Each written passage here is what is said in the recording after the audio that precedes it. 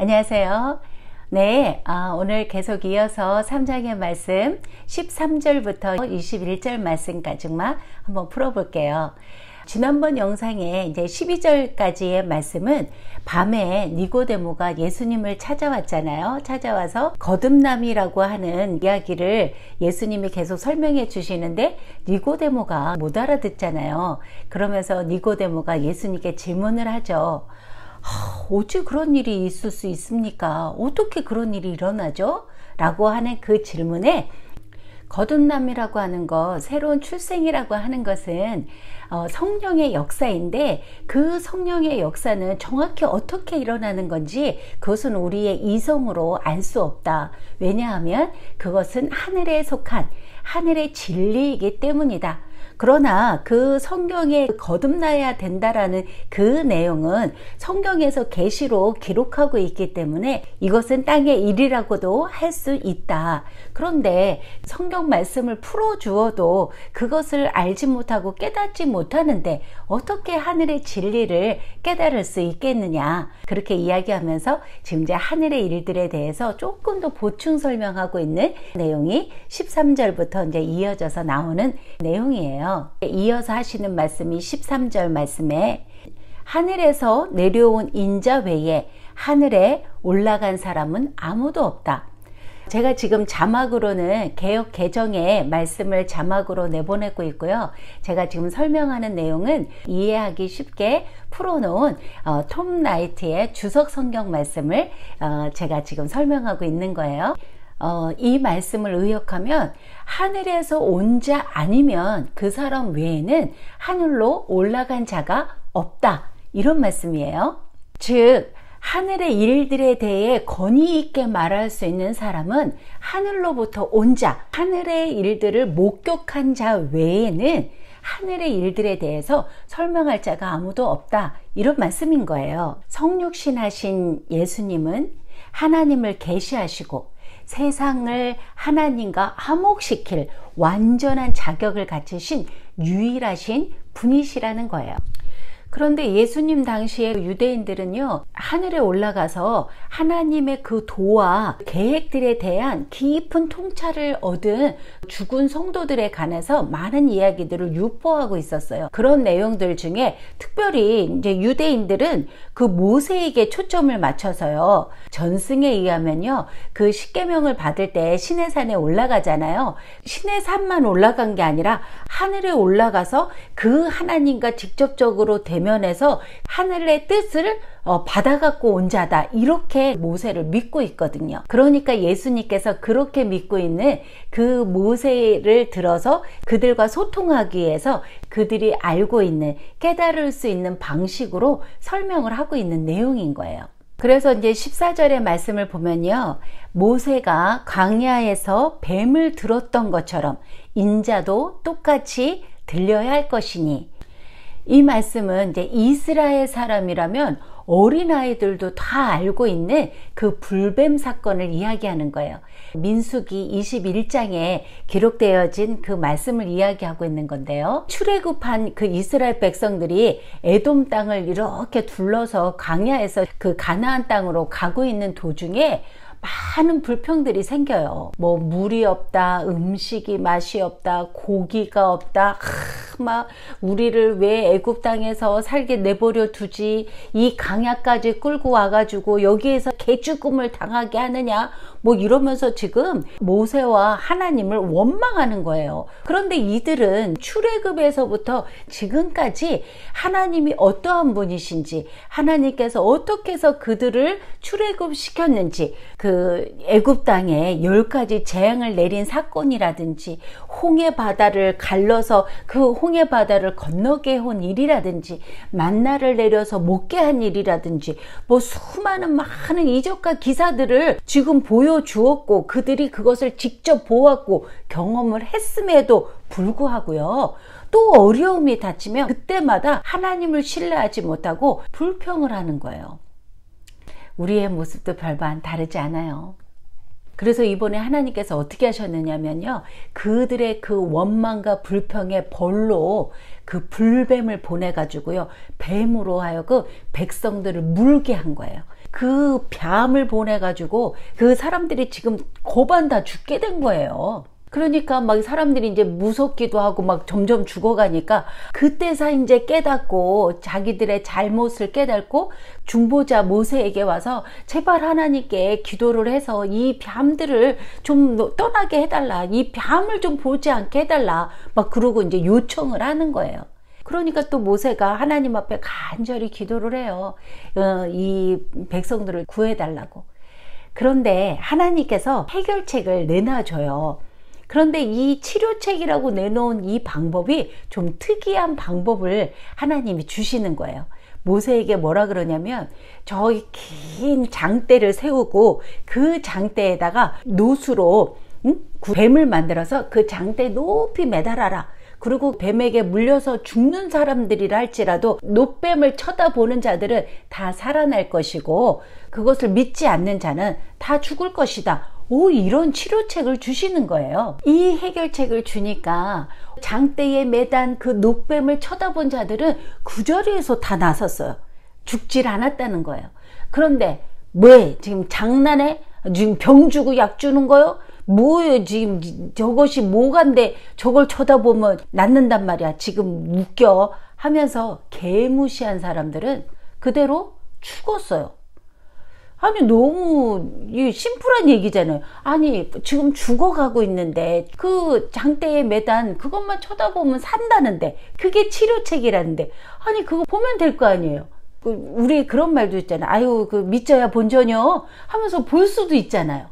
그런데요 사람들이 그거조차를 안 본다는 거예요. 뭐 이해가 안 되죠. 그런데 우리 인간들이 그렇게 어리석다는 거예요. 또 이런 말씀을 들으면 또 이렇게 생각하는 사람들이 있다는 거예요. 아니 하나님은 선하신 분이시라면서 생명을 살려내는 분이시라면서 아니 왜 지금 뱀을 보내서 사람을 다 죽게 해야? 그게 선하신 하나님이 행하실 일이야? 사람들이 이러면서 또 하나님을 욕해요. 처음에 선악과 사건처럼 아니 왜 선악과를 왜 만들었어? 그런 거와 똑같이. 그런데 우리가 자녀를 키우다 보면 우리가 자녀를 살린다고 해서 맨날 좋은 음식만 칭찬만 하나요? 그 아이의 삶에 필요하면 매도 들고 그 아이를 징계하기도 하죠. 왜요? 사랑하기 때문에 그렇잖아요. 지금 여기서 하나님께서 불뱀을 보내서 그들을 물게 한 것은 그들을 죽게 두려고 내 말을 안 들었으니 버리야 하고서 다 죽여버리려고 한 것이 아니고요. 그들을 깨우치게 하기 위해서 그들의 잘못을 알게 하기 위해서 그래서 그 불뱀으로 말미암아 고통을 당할 때에 회개하고 다시 돌아오게 하기 위해서 불뱀을 보냈다라는 거예요. 그리고 그들을 완전 죽이려는 마음이 없었다는 것은 그들에게 치료책을 주신다는 거죠. 그런데요, 어떠한 방법으로도 우리가 그 고통을 이겨나갈 수 있는 방법은 없어요. 왜냐하면 그것을 주신 이가 하나님이시기 때문에 하나님 편에서만 치료책이 있는 거예요. 하나님의 방법대로만 해야 치료를 받을 수 있다라는 거죠. 근데 하나님이 치유책으로 내놓으신 것이 너무나 우리가 감당하기 어려운 막 고통을 당해서 막 해결해야 될 해결책이 아니고 그냥 바라만 보면 된다라는 거예요. 그런 해결책을 내주신 거예요. 그런데 그것조차도 우리가 하지 않는다라는 거예요. 이스라엘 백성들이 그것조차도 하지 않았어요. 그러한 자들은 다 죽었다라는 거예요. 죽음이 그들을 다 삼켜버렸어요. 혹시라도 지금 내 삶에 계속적으로 끊임없이 고통이 이어지고 있나요? 그렇다 그러면 한번 진짜 진지하게 한번 고민해 보셔야 돼요. 내가 지금 하나님과 해결해야 할 문제가 남아있지 않은가? 혹여라도 이 시련과 이 고통을 해결하는 방법에서 나의 생각에 또 나의 경험에 의하여서 내가 그 해결책을 내놓고 사용하고 있는 것이나 아닌 것인지 깊이 고민해 봐야 됩니다. 모든 문제의 해결은 하나님 앞에 있어요. 하나님에게로 돌아와서 하나님으로부터 찾아내야지만이 근본적인 치료가 가능하다라는 것입니다. 말씀에 치료책이 있는 거예요. 근데 지금 이 유명한 이 사건을 예수님께서 자기 자신하고 적용을 시키면서 지금 말씀하고 계시는 거예요. 신약 성경에서 이 노뱀의 사건을 끌고 와서 이야기한 부분은 유일하게 이곳밖에 없어요. 사도 요한이 이 부분을 지금 풀어내고 있는 거예요. 예수님께서 이 불뱀 사건을 어떻게 적용을 시키고 있느냐? 첫 번째는 노뱀이 장대에 높이 매달렸듯이 들렸듯이 인자도 그렇게 들려야 할 것이다. 이렇게 얘기를 하고 있어요. 이것은 예수님의 십자가의 죽음을 의미하는 거예요. 그리고 두 번째는 그 노뱀을 쳐다본 사람들이 다 살아났듯이 십자가에 매달리신 그 예수님을 바라보고 그 예수님을 믿는 자들은 살아날 것이다. 그래서 여기서 들렸다라고 하는 언어에는요, 이중적인 그 뜻이 다 들어있는 거예요. 십자가에 들렸다라는 그런 표현으로도 쓰고 있고요. 또 십자가에서 부활하셔서 다시 하늘로 높이 올리셨다, 들리셨다. 이 두 가지를 다 포함하고 있는 거라는 거죠. 공통된 내용은 예수님께서 영화롭게 되셨다. 그 표현을 하고 있는 거예요. 그러니까 예수님께서 창세전에 아버지와 함께 가졌었던 그 영광의 상태로 다시 되돌아 올라가셨다. 그 옛날에 이스라엘 백성들이 새 생명을 얻기 위해서 그 노뱀을 바라보았었던 것처럼 지금 새로운 영적인 그 출생을 위해서는 예수님을 바라보아야 한다라는 그 도전을 지금 받고 있는 거라는 거죠. 니고데모가. 그냥 이 노뱀이라는 것은 그래서 하나의 표적이에요. 이 표적 그 자체, 노뱀 자체가 중요한 것이 아니라 그 노뱀이라고 하는 예표되어진 예수 그리스도를 믿어야지만이 구원받을 수 있다라고 하는 하나의 그냥 표적이라는 거죠. 그런데 이스라엘 백성들은 이 노뱀이 마치 무슨 주술적인 어떤 역할을 해서 사람을 살려낸 것처럼 또 생각을 해가지고요. 구리뱀을 또 만들어서요. 성막 안에 성물로 그거를 보관하고 있었어요. 그러다가 나중에 이제 히스기야 왕 때에 히스기야 왕이 보니까 사람들이 그 노뱀을 가지고 신봉하고 있었거든요. 그러니까 어떻게 해요? 히스기야 때 산산이 부서뜨려 버려요. 그것이 열왕기하 18장의 내용에 그런 내용이 나와요. 참 사람들은요, 그렇죠. 아, 저 태양을 좀 봐. 그러고 얘기를 하면 태양을 좀 봐야 되는데 그걸 가리키는 손가락을 본다라는 거죠. 참 우리 사람들이 이 심리가 너무나 참 대단해요. 그래서 그렇게 각종 많은 우상들이 생겨나는 거예요. 그러면서 거듭남의 그 의미는 하나님의 은혜였고 구원의 능력이었음을 강조하면서 지금 설명하고 있는 거라는 거예요. 예수님이 십자가에 매달려 죽으시고 부활하셔서 승천하신 이유는 그를 믿는 자마다 영생, 아들 안에 있는 그 생명을 얻도록 하기 위해서다 라는 이야기인 거죠. 그러면서 이제 15절 말씀으로 이어지는 말씀이 이는 인자를 믿는 모든 사람이 영생을 얻게 하기 위함이다. 인류 전체가 아주 치명적인 질병에 걸리고 말았다라는 거예요. 그 오리지널 신으로 인해서 모든 사람이 다 죽었고 죽어가는 상태에 있다라는 거예요. 그 십자가에 매달리신 그 예수님만이 치료책이라고 이야기를 하는 거예요. 그분만 믿으면 새로운 생명, 영생을 얻는다라는 거예요. 이것이 거듭남이라는 거죠. 이 영생의 삶이라는 것은 미래에 있는 앞으로 내가 죽어가는 그냥 그곳을 이야기하는 것이 아니라 지금 현재의 이곳에서도 하나님과 함께 그 부활의 이후에 있을 그 삶들을 맛보면서 체험하며 살아간다라는 거예요. 그래서 이미와 아직, already, not yet 이야기했잖아요. 그런데 여기서 해결책은 하나님이 반드시 주셔요. 그리고 누구에게나 해결책을 주셔요. 그런데 그 해결책을 믿고 신뢰하고 따라가는 사람들의 반응, 순종에 달려있는 거예요. 그 구원책을 만들어 놓으신 건 하나님의 일이지만 그것을 쳐다보고 믿는 것은 나의 일이라는 거예요.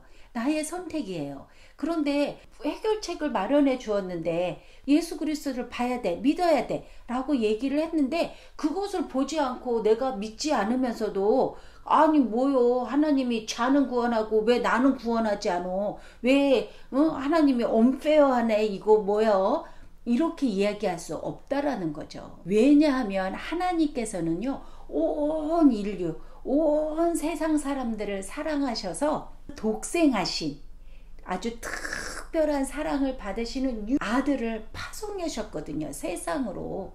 이것은 온전하신 하나님 사랑의 그 결과로 아들을 세상에 보내신 거예요. 그래서 16절 말씀에 이런 말씀이 나오는 거예요. 하나님이 이 세상을 이처럼 이렇게 사랑하셔서 자신의 유일하고 특별한 독생자 아들을 주시기까지 하셨는데, 이는 그를 믿는 사람들은 모두 잃어버리지 않고 영생을 얻게 하시려는 것이다. 자, 여기에서 세상은요, 아직 믿지 아니하는, 하나님의 뜻을 따라 쫓아 살지 아니하는 사람들을 이야기하는 거예요. 그리고 이처럼 사랑하사 라는 것은 아주 사랑의 강도를 강조하는 내용이면서도 실제로 일어났었다, 그 이야기를 표현하는 내용인 거예요. 그리고 독생자라는 것은 아주 특별한 최고의 선물을 우리에게 주셨다라는 표현으로 독생자라고 표현을 하는 거예요. 하나님께서 가장 귀하고 최고의 그 선물을 우리에게 주신 거예요. 이 인간에 대한 하나님의 사랑은요, 우리 인간이 사랑받기에 합당하기 때문에 사랑받을 만한 자격이 있어서 우리를 사랑하신 게 아니고요, 하나님은 사랑이시라, 하나님 자체가 사랑이시기 때문에 그 사랑 때문에 우리를 사랑하신다라는 거예요. 그래서 아버지는 아들을 사랑하고 아들은 아버지를 사랑하며 그를 따르는 참된 제자들을 사랑하고 그 제자들은 스승들을 사랑하며 서로서로를 사랑해야 된다라는 말씀이 요한복음에 흐르고 있는 메시지인 거예요. 그래서 지금 사도 요한은 아버지와 아들과 제자들 간의 관계에 특별한 관심을 보이고 있어요. 그러면서도 여기에서는 이중적인 사랑의 표현을 하고 있는 건데요. 세상이 너무나 악하기 때문에 우리 그리스도인들이 정말 이기적인 목적으로 세상을 사랑하고 세상과 함께해서는 안 된다라는 그런 말씀을 또 주고 있는 거고요. 그래서 세상을 이처럼 사랑하신 이타적인 그 대속의 사랑으로 희생하고 헌신하면서까지 사랑하신 이 인류의 세상 속으로 우리가 들어가서 성령의 도우심을 받아서 그들에게 계속적으로 하나님, 예수님에 대해서 증언하고 최고의 선물로 주신 그분만이 우리의 소망이다라는 것을, 그 사랑을 가지고 전해야 된다. 이 두 가지가 다 포함이 되어 있다라는 거예요. 하나님께서는 악인들의 죽음을 기뻐하시는 분이 아니세요. 한 사람이라도 돌이켜서 돌아오기를 기다리시는 분이신 거예요. 물론 죄의 싹은 사망이에요. 공의 하나님께서 그것은 반드시 이루실 거예요. 그러나 하나님의 은사는 그리스도 예수 우리 주 안에 있는 영생, 새 생명을 나누어 주기 원하시는 분이시라는 거예요. 물론 그리스도인들조차도 태어날 때부터 그리스도인으로 태어난 사람은 한 사람도 없다라는 거예요. 모든 사람이 태어날 때부터 본질상 진노의 자녀였어요. 그러나 긍휼하신 하나님께서 그 우리를 불쌍히 여기시고 긍휼하심을 베풀어 주셔서 우리가 하나님의 자녀가 되었다라는 거죠. 17절 말씀에 하나님께서 아들을 세상에 보내신 것은 세상을 심판하기 위해서가 아니라 아들로 인해 세상이 구원받을 수 있도록 하기 위해서이다라는 거죠. 여기서 이제 아들의 파송의 목적이 나오는 거예요.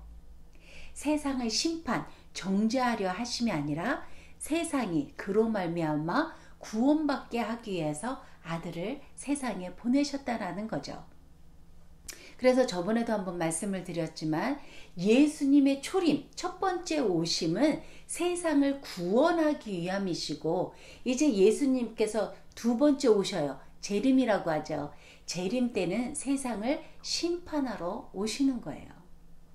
그래서 지금을 은혜의 때다 이렇게 얘기를 하고 있는 거죠. 하나님은 그 누구도 최악의 상황으로 치닫게 하시는 분이 아니시라는 거예요. 문이 닫히기 전에 어서 들어오시기 바랍니다. 그래서 이제 18절 말씀에 누구든지 그를 믿는 사람은 심판을 받지 않는다. 하지만 누구든지 믿지 않는 사람은 이미 심판을 받았다. 하나님의 유일하고 특별한 아들의 이름을 믿지 않았기 때문이다. 자, 이제 요한은 더 이상 이 세상이라고 하는 전체에 대해 말하고 있지 않고요. 두 부류로 나누어서 이제 이야기를 하죠. 믿는 자와 믿지 않는 자에 대해서 구별을 하고 있는 거예요. 근데 믿는 자는 하나님의 독생자의 이름을 믿는 것이고, 믿지 않았다라는 것은 독생자의 그 이름을 믿지 않았기 때문에 벌써 정죄를 받았다. 그들은 최후의 날을 기다릴 필요가 없고 벌써 정죄를 받았다라는 거예요. 하나님의 진노가 그 위에 머물러 있다라는 거예요. 헐, 뭐요?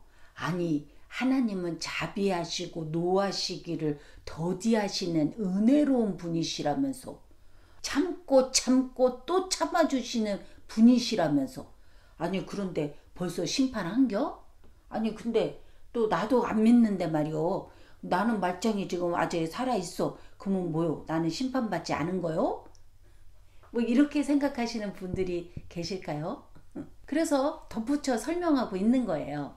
19절 말씀에 또 심판은 이것이니 곧 빛이 세상에 왔으나 사람들이 빛보다 어둠을 더 사랑한 것이다.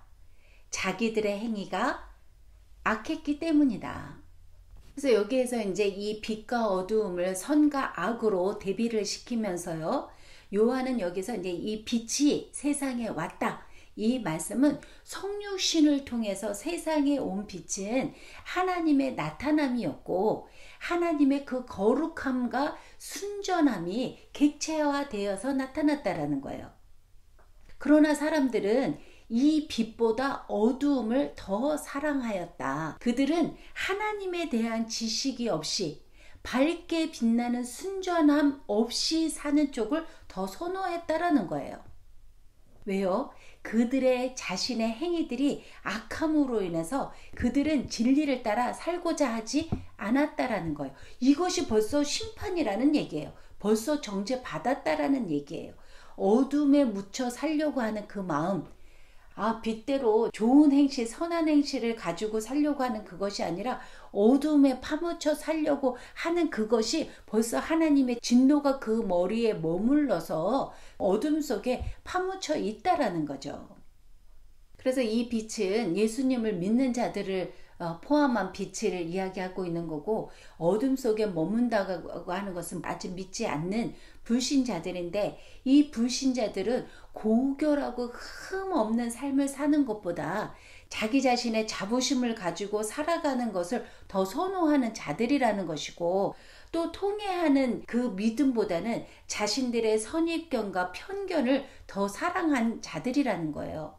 자신들의 행위가 드러날까봐 두려워서 빛을 피하고 빛으로 나오지 않는다라는 거예요. 그러면서 이제 20절의 말씀이 악을 행하는 사람은 누구나 빛을 미워한다. 그런 사람들은 자신들의 행위가 드러나서 비난받을까 두려워 빛으로 나오지 않는다. 악을 행하는 자라는 것은 무가치하고 악한 일들을 계속해서 끊임없이 행한다라는 그런 뜻이에요. 그래서 그들은 근본적으로 도덕적인 이유 때문에 노출과 수치와 죄를 깨닫는 것이 두려워서 빛을 피한다라는 거예요. 그래서 어두움은 심판을 받아 마땅하다는 거예요. 그 이유가 이 악이라는 것이 현 세계를 파괴하고 손상시키고 하나님의 그 새로운 세계, 영생, 그 생명을 얻도록 나아가는 사람들을 가로막고 있기 때문에 그 악은 심판받아 마땅하다라는 거예요. 그런데 하나님께서는 그럼에도 불구하고 불신자들, 아직 믿지 않는 자들이 심판받아서는 안 된다고 말씀을 하시는 거예요. 뱀에게 물려서 죽기를 기다리지 말라라는 거예요. 해결책을 주시면서 장대에 달린 그 뱀, 예수님을 바라보라. 바라보고 새로운 생명을 얻어라. 그래서 다시 빛 가운데로, 어둠에 있지 말고 빛 가운데로 걸어 나와라. 지금 그 말씀을 하고 있는 거예요. 그러시려고 그 예수 그리스도를 보내셨다라는 거예요. 우리 편에서 그 치료를 받는 그 부분에서 우리의 희생을 요구하는 게 하나도 없어요. 그렇잖아요. 생각을 해보세요. 우리가 원죄를 짓고 태어났어요. 그 죄의 삭은 사망이에요. 죽음을 향해서 우리는 가고 있어요. 그런데 그 죄를 해결하는 해결책을 하나님 편에서 주셨어요. 그 해결의 방법이라는 것이 우리를 희생해서, 우리를 십자가에 죽어서, 내가 매달려서 그 죄를 해결하라고 하는 그 방법을 준 게 아니시잖아요. 지금 무슨 방법을 주셨느냐? 독생하신 하나님 자신이 십자가에 달리셔서 자신을 바라보면, 그 독생하신 예수님을 바라보면 산다는 거잖아요. 그걸 하라는 거잖아요.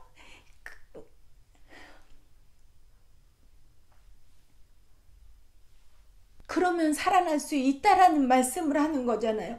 나보고 죽으라는 게 아니잖아요. 나보고 십자가에 매달려서 그 죄를 해결하라는 게 아니잖아요.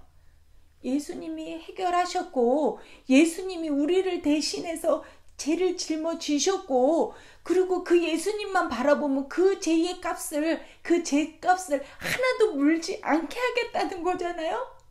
우리 쪽에서 손해볼 게 하나도 없잖아요. 예수님만 믿으면 되잖아요. 그거가 안 되는 거예요. 예수님만 믿으면 된다는데, 그러면 어둠에 있지 않고 빛 가운데로 향한다는데, 욱할 필요가 없어요. 나 도덕과 윤리적으로 깨끗한 사람이야. 응? 내가 내 자신을 그렇게 얘기한다고 해도요, 하나님이 아니라 그러면 아닌 거예요. 하나님이 죄인이다 그러면 죄인인 거예요. 내가 아무리 발버둥 치면서 나 그 나라 안 가도 돼. 나 그 나라 맛보지 않아도 돼. 나 그 나라에서 살기 싫어. 나는 내가 생각한 이 세상 나라에서 살 거야. 하나님 나라 나 필요 없어. 그러면 그 죄의 값은 심판이에요. 오늘 영상을 찍는 내내 오늘 너무나 그 마음에 아픔이, 사랑하는 사람들이 믿지 않는 그런 지인들이나 가족이나 또 그런 사람들을 생각하니 너무 가슴이 아프네요. 예수님을 믿고 돌아오시기 바랍니다.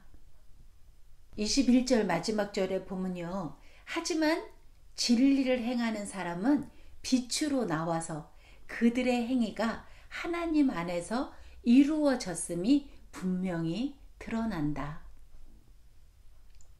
진리를 따르는 자라는 것은 신실하게 행하다, 영예롭게 행한다라는 그런 의미로요. 예수 그리스도 안에 있는 그 진리의 그 말씀을 꼭 붙든다는 그런 뜻이에요. 빛을 사랑하는 자들은 내가 이렇게 행하는 것을 내가 의롭고 내가 잘나서 그런 거야 하면서 막 뽐내고 자랑질하는 그러한 자가 아니라, 자기의 그 선한 행함, 빛 가운데 행한 모든 것들은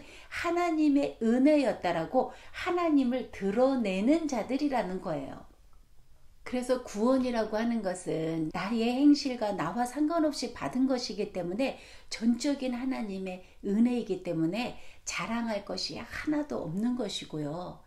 아직 중생하지 못했다, 내가 구원받지 못했다라고 했을 때는 내가 순종하지 않아서 내가 믿지 아니한 것이기 때문에, 내가 선택한 것이기 때문에 하나님을 원망해서는 안 된다라는 거예요.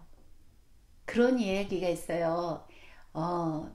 이 땅에 살아가면서 신이 어딨다 그래? 신 없어 하면서 그렇게 자기의 신념 속에서 자기의 가치관으로 살았었던 사람이 죽었어요.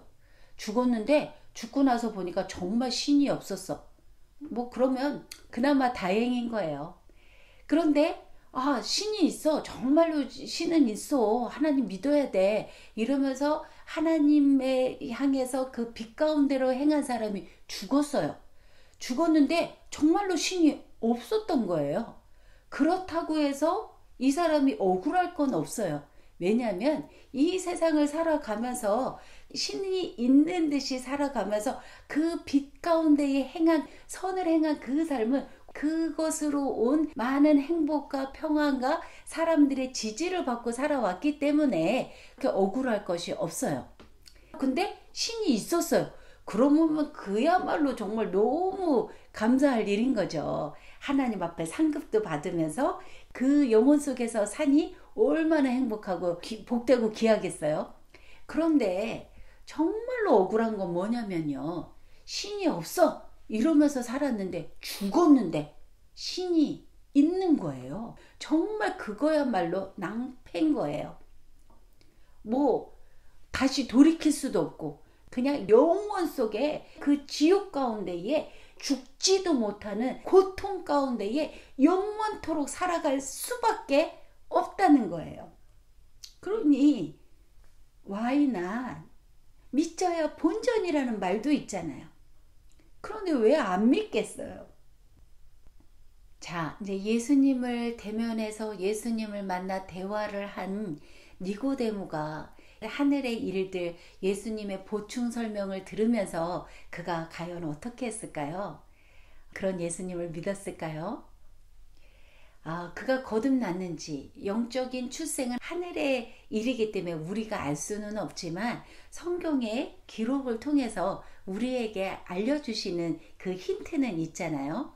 요한복음 7장에 가면요, 니고데모가 그 예수님 편으로 돌아서서 공의회에서 예수님을 변증하는 그런 모습이 나와요. 그런 모습을 봤을 때는 예수님 편으로 돌아섰구나, 이것을 알 수가 있고요.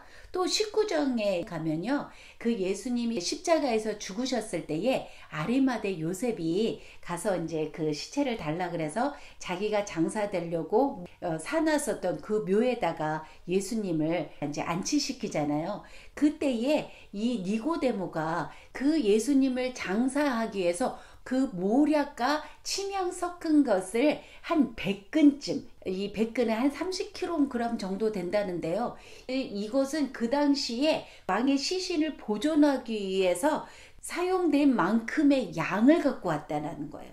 엄청난 그 양을 갖고 와서 그 예수님을 장사하려고 왔었던 그 마음으로 비추어 보아서 그는 예수님을 영접한 자가 아니었겠는가, 이렇게 우리가 유추해 볼 수 있다라는 거죠. 그럼 여기서 우리가 또 궁금한 게 하나 생기잖아요.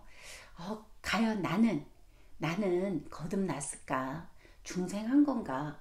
그 거듭남의 증거가 뭘까? 나는 내가 거듭났다라는 것을 어떻게 하면 알 수 있나? 이런 궁금증이 생기잖아요. 지금까지 설명해 내온 그 설명 안에 다 포함이 되어 있는데요. 우리가 거듭났다라고 확신할 수 있는 증거가 있다라는 거예요.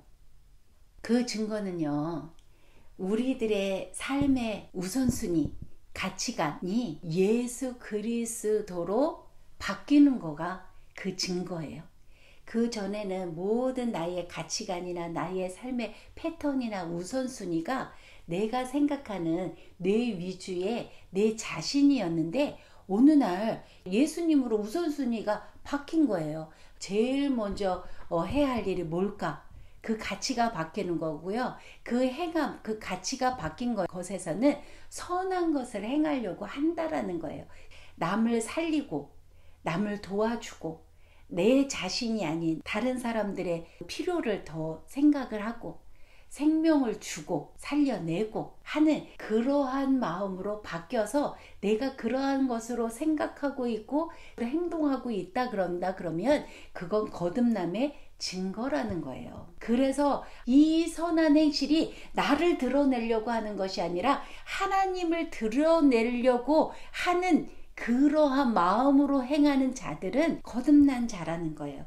나의 명예가 아니라 하나님의 명예를 위해서. 이것은 적극적인 방법이고요. 소극적인 방법은 나의 안에 악한 것들, 내가 그동안에 일삼았었던 중독되었었던 그런 더럽고 추악하고 냄새나는 것들을 끊어버리는 거예요. 그것이 어둠이라고 이야기를 한다면 어둠에서 돌이켜서 빛 가운데로 향하려고 그 마음을 가지고 돌이킨 자들은 중생한 자들이라는 거예요. 물론 중생 한번 했다고 해서 180도로 바뀌어가지고 완전히 끊어버리고 계속적으로 그런 삶으로 그렇게만 이어져 가는 이 삶이 그렇게 만만하지 않잖아요. 그렇기 때문에 그냥 그 중독성에서 벗어나려고 했는데 또 넘어질 수도 있고 실패할 수도 있고 다시 또 옛 모습으로 돌아간 것 같고 그럴 수 있어요. 그런데 괜찮아요. 그것으로 인해서 나는 중생받은 게 아닌가 보다. 내가 이런 더럽고 추악한 게 아직도 있네. 나는 아직도 그것을 못 끊고 있어. 그러니까 나는 거듭난 게 아니네. 그렇게 의심할 필요는 없어요. 중생은 딱 한 번 일어나는 거예요. 이례적인 거예요. 탄생은 한 번 태어나잖아요. 태어나는 것은 한 번인데 그 다음 자라간다 그랬잖아요. 자라가는 가정 속에서 우리가 질병에 걸려서 아파서 누워 있을 수도 있고요. 또 세상 살아가다가 녹록치 않아서 그래서 또 쓰러져서 지금 자빠져서 있을 수도 있고요. 그리고 또 여러 가지 지치고 삶이 너무나 힘들어서 지금 잠시 쉬고 있을 수 있어요. 그렇다고 해서 내가 중생받지 않은 모습이 아니다라는 거예요. 한번 중생한 사람은 그 다음 이제 성화되어서 계속 살아가는데 그럴 때도 이 중생한 사람에게 있어서의 증거는 뭐냐면 그것으로 인해 괴로워하는 마음이 생긴다는 거예요. 내가 잘못 살았네. 이렇게 살면 안 되는데 이런 후회함이 있다거나 내가 다시 일어나야지 하는 그런 의욕이 생긴다거나 아니면 의에 주림이 있거나 막 목마름이 있거나 선하게 살고 싶은 막 갈증이 있다거나 내가 지금 그렇게 살고 있지는 못하지만 막 그것에 대한 열망이 있다라고 한다 그러면 그 사람은 새로운 출생을 한 자라는 거예요. 왜? 그 심령이 변했기 때문에. 육으로만 우리가 탄생했을 경우에 우리들의 본능이라는 것은 그 죄성, 죄악을 갖고 있기 때문에요. 우리들의 그 욕구라고 하는 것은 나 위주의 악한 것들만을 생각할 수밖에 없다라는 거예요. 거기에서 선한 것이 없어요. 이 선이라는 것은 말씀의 기준으로 해서 말씀이 악하다 그러면 악한 거고 말씀이 선하다고 하면 선한 거예요. 그런데 내가 그런 욕구가 조금씩 변하여서 선한 것을 추구하고 싶고 나의 자신이 아닌 타인을 위해서 좀 살고 싶고 섬기고 싶고 이러한 것은 그 심령의 변화가 되었다라는 거예요. 그 심령의 변화가 바로 영적인 출생을 하였다라는 증거라는 거예요. 정말로 나는 이 심령이 새롭게 되어서 내가 기존에 가지고 있었던 나의 그 본능적인 욕구가 정말로 선한 것으로 바뀌고 있는 것인지 내가 아닌 타인을 위하여 살아가려고 하는 것인지 그것을 한번 깊이 고민해 보시기 바랍니다. 오늘은 제가 여기까지 하고요. 다음 편에서 이제 3장의 끝부분을 한 번 더 풀어보도록 할게요. 오늘도 들어주셔서 너무 감사하고요. 선한 것을 행할 줄 아는 주간이 되시길 바랍니다. 다음 편에서 만날게요. 감사합니다.